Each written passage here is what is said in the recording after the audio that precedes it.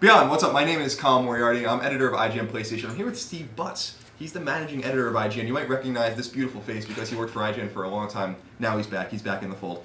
We're here to talk a bit about Assassin's Creed 3, and the reason, Steve, of course, you and I are talking about it is because we both went to school for history. So we have a little bit of knowledge, we also have a little bit of passion. Right. And something that struck us this morning about Assassin's Creed 3 was the announcement of a new DLC pack for Assassin's Creed 3 that will come out later called The Tyranny of King Washington. What? And here's what here's how Ubisoft explains it. They say, as the revolution comes to a close, a new and most unexpected enemy emerges, driven by the desire to secure the fate of the colonies. The greatest hero of the revolution, George Washington, succumbs to the temptation of infinite power. The new king is born, and his reign leaves no one untouched. To return freedom to the land, our new hero must dethrone a tyrant he once called a friend. Steve, how does that strike you, just right off the bat? From a purely speculative point of view, it's interesting. It's a really, really cool idea to imagine this great figure from our history becoming sort of the evil that he fought to dethrone in the first place. My problem with it is that I don't know how they're going to make that leap, right? Because it seems like it's really going to have to change the character of George Washington fundamentally. Because here's a guy who, throughout his career, resisted the offers that people were making to him to give him this power, right? Yeah, I agree. I mean, that's what stuck out to me too. When you and I were kind of talking about it this morning, I kind of, went in and talked to some people and did a little research and kind of just started to remember some of my own studies, whatever, back in college. Right. And one of the stories that persists from the American Revolution is that George Washington was offered the throne, that he could have become king. And this isn't really true. Right. I mean, George Washington was never overtly offered to become king of the United States. They were cognizant enough of what they were fighting to know that they shouldn't go back down that road.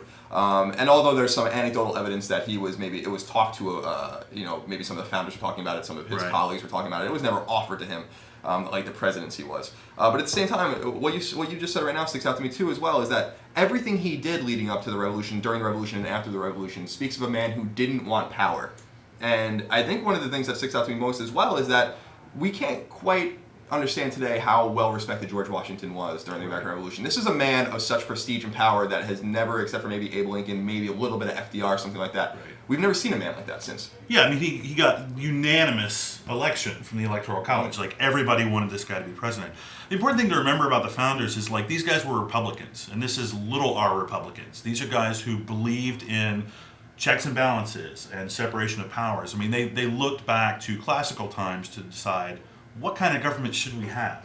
And they had 2,000 years of history to draw from, and they said, let's adopt sort of the Roman model, or the version of it that was alive in England at the time, sort of English republicanism, where you have the people as sort of a democratic power, and then you have an aristocracy, and then you have a monarchy, right? But he never wanted to be a monarch. He never wanted to be a king in the old European style. He actually had to be convinced even to take a salary as president. He didn't want that before, and then somebody pointed out to him, well, if we don't pay the president, then only rich people will get to be president, right? Right, exactly. I think that he's just a selfless dude, and so I agree with you in the sense, how do we get to that point with George Washington? How do we get from a man who didn't want to be president, didn't want to be reelected, didn't refuse the third term, setting a precedent that everyone up to FDR followed, all these things, and where does the story turn? I imagine it turns sometime after Yorktown. In the real history timeline. So 1781, Cornwallis surrenders. 1783, we have the Treaty of Paris. The Continental Congress gets together. They give us the Articles of Confederation. Probably sometime in between there and the writing of the Constitution in 1787 is where this is going to take off. That's what's really exciting. I guess we'll see, Steve, where this whole DLC pack goes. Well, here's where I think it's going to diverge, right? Because, he resigns in 1783 as Commander-in-Chief of the Continental Army, right? And he says at that time, I want to go back to my farm. Right, George Washington has been compared a lot to this figure Cincinnatus from Roman history, and here was a guy who was an aristocrat. He hated the common person, right?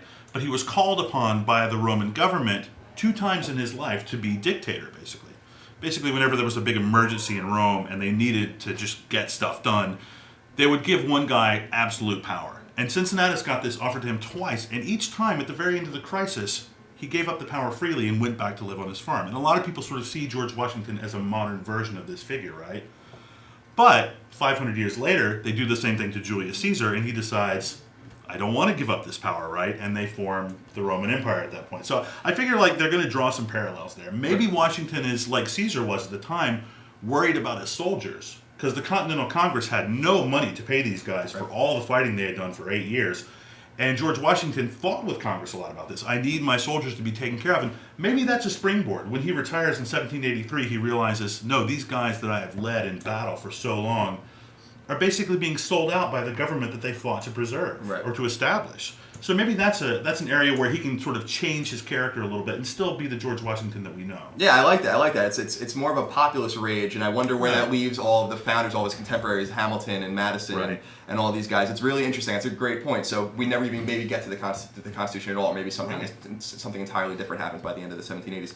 Steve, that was fascinating. I love history. You love history. Totally. We hope you love history too. You should definitely love history. It's very exciting. For more things on Assassin's Creed 3 and all things video games, you should of course keep it tuned to IGN.com.